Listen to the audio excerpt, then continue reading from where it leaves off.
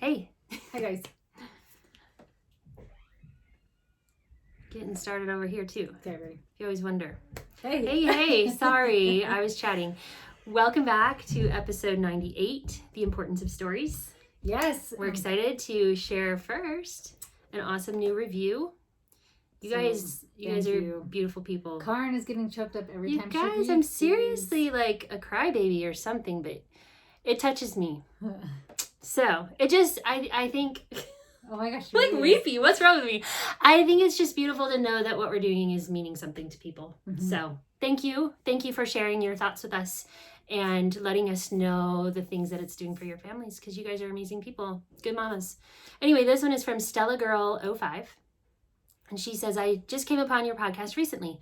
I'm a new homeschooler. This year, I've been rethinking my decision of homeschooling my 3 boys because my youngest, 6 years, has no desire to learn the alphabet and fights his reading lessons. Surely he'll fall behind, and surely a teacher can do better. But I came across your episode where you emphasized that kids learn at their own pace and can't fall behind when they're blazing their own trail. A powerful statement that was an answer to my prayers about whether I stick with it or give up. Thank you, ladies. Keep doing what you're doing in helping us lost mamas. That was very Thank you, Stella Girl. It was beautiful. And yeah, you see me crying every week if you're watching on YouTube. I'm sorry. But you guys are touching my hearts too. So thank you for your kind words. Yeah. Well, we are diving in today and talking about the importance of stories. Yes, and I love this topic. I think it's so great. So in Well-Educated Heart, Marlene has Mother's University. Mm-hmm. And storytelling was the topic for February. The month of February, yeah. And so we're both learning about that right now. Yes. Well, I think this episode actually gets released in March. So we did just learn about it. We did learn about it. We'll be done with it by the time you guys hear it. But that's okay. Still good stuff to read. But I wanted to let you guys know, in my membership, I do a Mother's University coaching call where I dive in and we did on storytelling, and then we can do some coaching about it. Like, I don't like this is stupid, or this, like, whatever your worries and your thoughts are with that. And we can totally dive into it. So if that's something you're like, oh, I need it just for that, you can be in my membership and get on all those calls for just $35 a month. Yeah, like, it's so worth it. She's amazing, you guys. So, a couple of tips just diving in here. I remember you talking about a book called Story Worthy. Yes. I'm going to share about that. Oh, I just spaced his name. Matthew Dix, I want to say. I'm not sure. Okay. I haven't read it. It's Matthew Dix.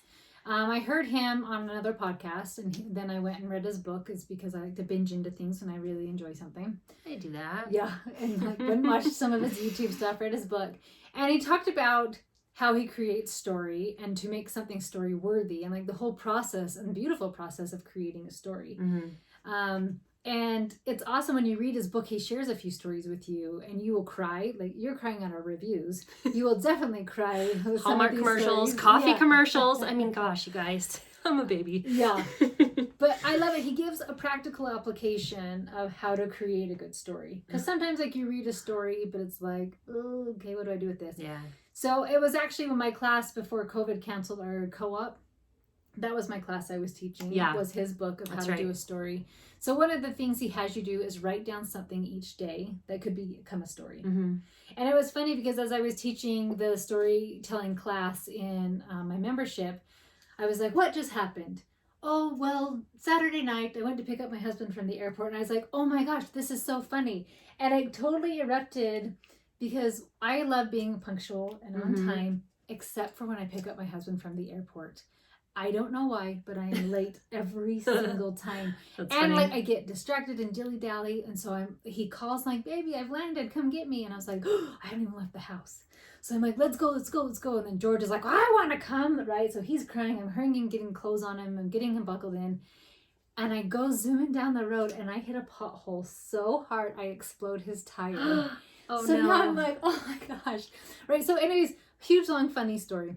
But like, I had forgot that even happened. Like, this could be this comical story of how many times I've forgotten it at the airport, popping his tire, what came of it, and all this stuff. And so just having these simple lines that we go through our days and we're like, our life's boring. Yeah. Nothing happened. Yeah. And so it's kind of exciting to see, like, No, the craziest thing happened. Like, not only was I late, but then I exploded his car. It's his fancy car, so it's like beeping at me, like, please pull over, please pull over. Like, get out of my business. Like, don't tell me what to do. But his book is really great. That's a really fun suggestion in there. And I know in Well Educated Heart, she actually has weekly suggestions of things to write your own story of, like, maybe how you met your husband or a child's birth. I don't remember what all of them were. Yeah. It's a 52-week thing. That's cool. I like that a lot because we don't often write our own stories down for our families. No. I have another book recommendation, and this is on the business side of things, but I love it. It's called Building a Story Brand by Donald Miller. And what I love about this is he teaches you how to use stories to connect with your audience. And I just think that that's a beautiful thing. So if you are running a business or not, you can use it in the same ways where storytelling helps you to connect with people and helps them to understand you and just relate to you. And so it's kind of a cool thing to look up if you have interest in that also. But teaching with stories is what we want to talk most about. Yes. And why it's so important and why we love it in our homeschools. So I should have clarified this. There's story, like reading a story or storytelling, or are we saying both? Well, I think both are important. I think Yeah. there's difference there. Do you guys, can I ask you a question? Would Do you please? do you understand the difference there? So she's talking about storytelling, like you telling your own stories. Or like or not reading it. stories. And I think both. I was thinking more of reading because I let's dive don't into both. do a lot of storytelling on my own. This is something I need to learn and get better at, which is part of the Well-Educated Heart stuff that we're learning right now is telling stories. But I was thinking more of focusing on reading stories, learning with stories. Okay, awesome. And that's a big part of what we do in our home and our education. I know you do as well, where yes, we use stories to teach our children. Well, and that's like Charlotte Mason calls it living books. Exactly. And they are fun and awesome. They are. And that's what I try to use the most with my children. And I had this experience a couple weeks ago where my daughter asked me why we weren't doing science anymore. And I was like, Mom is tired. We are. Do you not recognize that we are? I'm like, we're reading this book for science and we're reading this book for science. And well, I'll tell you what we're reading. We're reading it's the gardening one from the Well-Educated Heart, and we're reading It's in Mary's Garden or something like that. Cutest story. And then we're reading the Burgess animal book. Yeah. And that's when I revisit with my kids because I love it so much. And that's our science right now for my two youngest. And I was like, do you want to go back to the lessons we were doing? And she's like, oh no, I like this way better. I just didn't realize it was science. And I loved that. So I was like, oh, it's working. They're learning these beautiful things and they're not recognizing it as science. They're just learning something cool and enjoying it. Yeah. And so it was just this beautiful moment for me to recognize that what we're doing is good and it's okay and they're still getting it, but they're loving it. And they beg for you to read those books. Yeah. Oh, read this one first. And so it's beautiful. Well, isn't it interesting too with history? Like when you grew up and you had to get tested on history and what year did this war happen and where did it start and who were all these things? That was why I didn't like history in school because of all the dates you had to remember. I'm like, who cares what year it was? Like, I just want to know about the person, right? Yes. He's a cool person. Tell us more about him. But no, memorize the date. Yes. Well, I think about that right now for February, we've been studying Egypt. Mm-hmm. And we have King Tut and Cleopatra and pyramids and that I can never say his name, David Macaulay, like Macaulay. Oh, I know who you're talking about. Okay. I think it's Macaulay.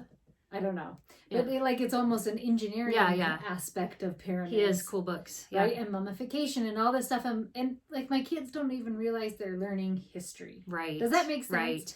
Like, they couldn't tell you the date it happened and they couldn't tell you, but they know Cleopatra's Greek.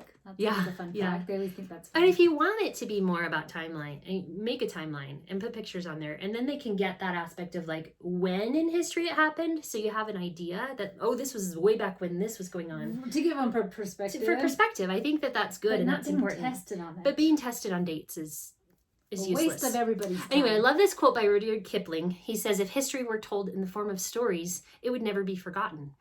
And I love that. Yeah. And I think that that's so true, that the more that we teach it and tell it in stories, the more we're going to remember and love it. Or I think inspire us to know more, because there is a beautiful book, I think The Hawthorne Children, about the potato famine in Ireland. Of the little kids. I bawled my eyes that through book that was book. so, I bawled in that one too. My kids laugh at me all the time about my crying in the end of books. But like it totally inspired me to go discover Ireland's history with the potato famine. And like, oh my gosh, this is what they went through. This is what they endured. Yeah. And so sometimes reading it in a story then gets you excited to go learn more about it. That's so true. So this is from Marlene Peterson's Catch the Vision course, the section on storytelling. She says you can feel the difference between a story and information. I think that's really true. She does it in a really great way too. She does. She starts this whole section with this story that, golly, you guys are going to think I cry all day long, but I don't. But this one really made me cry. And it was so beautiful. But it's this story of this girl, and it's her graduation day, and her mom, she's out with her friends, and she's all upset because all she's getting is like this old set of pearls and a homemade dress. And her friends all got these beautiful gifts and parties for graduation. And she's like, why didn't my mom do anything? And while we're on the subject, why isn't my mom pretty like the other moms? Yes, my mom's not. Something with her face. There's something wrong with her face, and she limped, and all these little things. And I don't want to tell you the end of the story. I want you to go and find this book because I don't know. Should we tell it? Because it's so beautiful. She finds out. So they live with this man who's like housing them, and they live in his home. It's not their husband or anything. They're really poor, and he's helping care for them. And he comes and he overheard her talking to her friends about how upset she was. Oh, yes, my mom's so ugly. Yeah, I wish my mom were pretty like your mom and didn't have red splotches on her face. And he says, I want to tell you a story about your mother. And he didn't say it was about your mother. He started just telling the story of this young couple, this beautiful family couple who moved into town, and they were just young and in love. And the husband got in an accident, and... Help me fill in the details. I was going to say, I don't know exactly, but there was a fire. There was a fire. So there was a baby and there was a fire. And I think the mom was alone at this point. The mom was alone. Yeah, the husband got sick and died. And so she was alone with the baby and the fire. She was like 3 years old, the little girl. And there's a fire, and the mom runs in to save her and saves a set of pearls because it was a treasured item that her husband had given her. And then he finds out that this was her mother, that she saved her. And she was, so she was burned, so her face had some scarring on it. And her foot got hurt, and so she had this limp forevermore. Yes, all to save her daughter's life. Save her daughter's life. And the daughter finally realizes she's like, how am I so selfish that I wished only that my mom could be more beautiful, and yet here she was, she saved my life, and she's done all this for me, and she's giving me the pearls that my father gave her. And yes, it was the only thing she could save. Like, she could save me, and these pearls were her most treasured possessions. Yeah. Anyway, beautiful story. And then she goes in and shares more details about this woman and how it ends up being like part of her family history. Yeah, it's a true story. Eggleston. Beautiful. Oh my gosh, I loved it so much.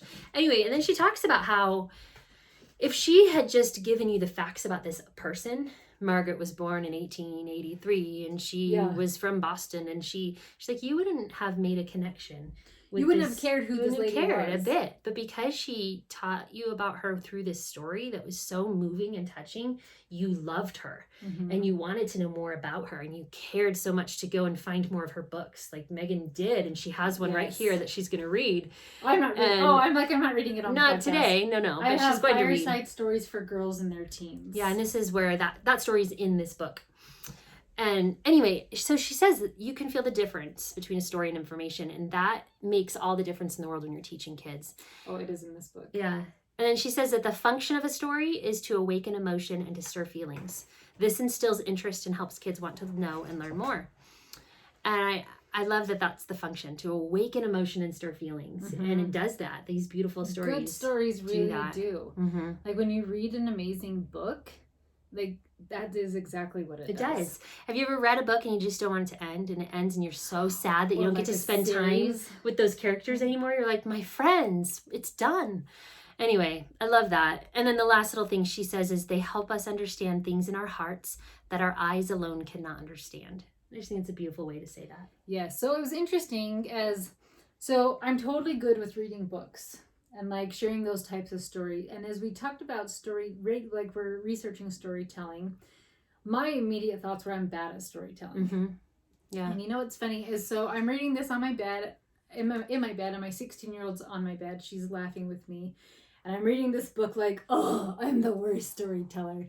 And she goes to remind us of terrible stories I've told them through their childhood. And like, when I get flustered, I get real weird. And so like their stories always had the most beautiful maiden in the land was always me. And like they were always something weird, right? And so she's telling me back all these stories. And like, remember this one time you did this? And then they were just telling me when my husband and I were out of town, I left a message, because I would do nighttime raps too, of a nighttime rap. Like, just so you don't get lonely, here's a nighttime rap. So here I am thinking, like, well, I'll never be as beautiful at storytelling as Margaret, or creating. You do it in your way, though. So I love this in the storytelling book in, Libraries of Hope, from Well Educated Heart. But if one have neither natural adaptation nor experience, still I say, tell the stories, 1,000 times tell the stories. You have no cold, unsympathetic audience to deal with. The child is helpful, receptive, warm, eager, friendly. His wholehearted interest, his surprise, admiration, and wise comment will spur you on to greater efforts.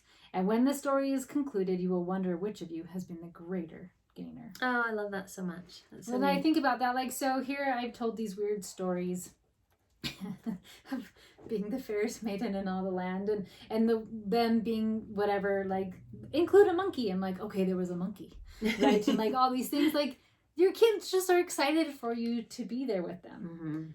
And I was gonna keep going, but like, sorry, I'll interject for a second. My brother, did I share this story? No, you didn't. Okay, my brother has little twin boys who, I think they're 6 now. They're the cutest little twins. And he, for a long time now, has been just telling them made-up bedtime stories that he just creates, and he calls them The Adventures of Rowdy and Hudson. Those are their names. Cute. And it's the cutest thing. And I was doing it for so long that finally his kids were like, Dad, you need to save these. These are great. And so he started recording them. And then his older daughter is helping him write them, and they want to publish them. Maybe even just for their own sake, maybe to publish. I don't know. He's not sure yet, but he wants to do that with his voice. And he sent us a couple of the audios of them, and they were just the most fun things. And these 2 little twin boys go on their adventures together, and he shares the whole story. And the fun part of listening to the audio is, you hear his voice and their giggles in the background as they're just loving and enjoying the story that their dad's telling and how much fun they're having. And I love that it's like your audience doesn't matter. Your children will eat up whatever you feed them. And I think that that's so true, because your kids love you so much that no matter what you're giving them, it will thrill them and just bring so much joy to them. And they're going to have such fond memories of those times together, of their dad, making up these silly stories about them as they grew up together.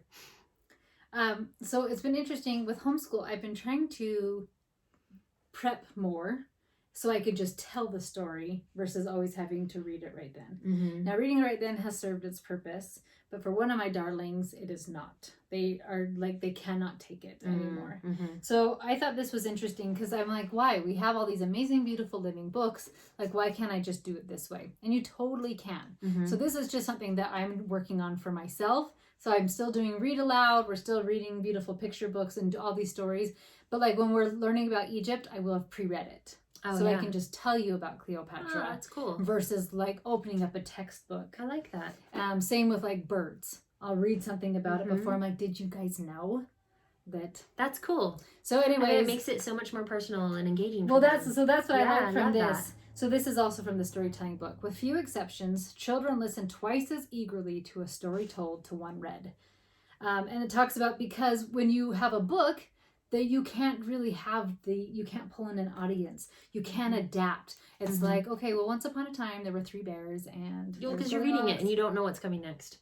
Yes, but like with a story, I'm like, they're into this. Go down this way. They don't love it. Abort. Go this way. Right? And like your facial expressions, it said, it is the filter of personality. I love that. Right? And then, for this reason, a story told is more spontaneous than one read, however well read. The storyteller is bound by nothing. So there can be singing and dancing, and I even laugh about, in one of our homeschool co-op classes, I did the Knights of Freedom class. I was the helper, and she had me do Survival Minute, which was exciting. And I would just pre-read it, and one was like how to get out of a car, like if your car is going underwater, and I could act it out. Oh, funny. That's Because great. I don't think you had a kid in the No, class I at the didn't. time. Mm-mm. But like I taught him how to birth a baby. I didn't act that one out. But like I taught him like all these crazy things, and I was up on a desk, and I was loud, and I was dramatic, and I was animated, and it was like it's been super memorable. Like remember the time? I'm like yes, and you're welcome. And so I thought, why have I not included this into my homeschool? Mm-hmm. And so I'm starting simple. So for Egypt, that's so cool. I'm going to pre-read a story the night before. Mm-hmm. And like sometimes for the Nights of Freedom class, I pre-read like as I'm walking into the thing. So it's not like that's so I beautiful. did this amazing thing. And you can totally, if that speaks to you. Yeah, I love that. Practice it. And I just want to share one more little story. My daughter had to have some pretty intense dental work this last week. And it's my youngest, and she's had, unfortunately, a lot of dental work done in her little few years, and had a very bad previous experience at her past dentist where she was kicking and screaming and being held down. So we were putting her under for this one so that she wouldn't have that kind of terrible experience. And I went to a new dentist. So just change of scenery, everything. So we go in for the anesthesiologist, and the dentist ahead of time had told me how awesome he was. And they're like, oh, we love him. He's the best. Could you try again? Oh, I'm sorry, my watch is talking to me. Anyway, so we go in, and he's talking to she's 7 years old, and she's nervous, and she's laying on this chair, and he's like, I'm gonna, just put this mask on you and be really gentle. And he puts it on, and then she starts telling her a story about Elsa and Anna and this whole cute little story. And it's going to a party, and she gets to pick the color of the dress, and all these things, and she's like playing along because she's like, oh, this is fun. I love Elsa and Anna. And he gets to the part where they're going to blow out the birthday candles on the cake. And he's like, all right, there's 12 candles. Can you count to 12 with me? And as she's counting, he's just slowly dialing it up so that she's counting down, and he knows when she's asleep. And it was the cutest and most beautiful moment that I've ever had at a doctor's office, like anything. I'm like, this is so impressive. And I was just so touched that he took the time to care so much about this little girl and her fears to make it a safe place for her. And it's beautiful that a story could do that. It's just this simple little story that he made up on the spot. Like you could tell he was just like, oh, and then this, and it was silly and fun. And afterwards I walked out and I said to the dentist how impressed I was. And he's like, yeah, he's my favorite. He does such a good job. And I like to stay and listen to all of his stories because they just keep getting better. And it was just beautiful. I loved his caring, thoughtful manner in doing that. And I think that stories can just do such beautiful things for us. And I love in The Well-Educated Heart how she just talks about like how, we're warming our hearts and we're changing lives through these stories. And that's what she's doing through her whole program is helping teach us as moms to be able to do that, to help warm a next generation hearts. And isn't it interesting, Ethan, my oldest, tells little kids stories all the times, and if you've ever seen him at a park, little kids will gravitate towards him. He's so great. Yeah, they want to hear these wild stories. It's beautiful. Yeah, so it's super fun. When we would all drive in the big old van, like he'd sit in the back with all the little kids around him, so that he could tell them stories as we drove. So good daddy. Yeah, so he'll be single. I mean, he is single. He's just on his mission right now. So hit him up in a couple years. Someday. Anyway, we love storytelling and we see the value of it, and we hope that this has helped you see that as well. Yes. And thank you so much for tuning in this week. Don't forget to give us a 5-star review, and we will randomly be giving prizes away still. So yay. Have a good one. Bye.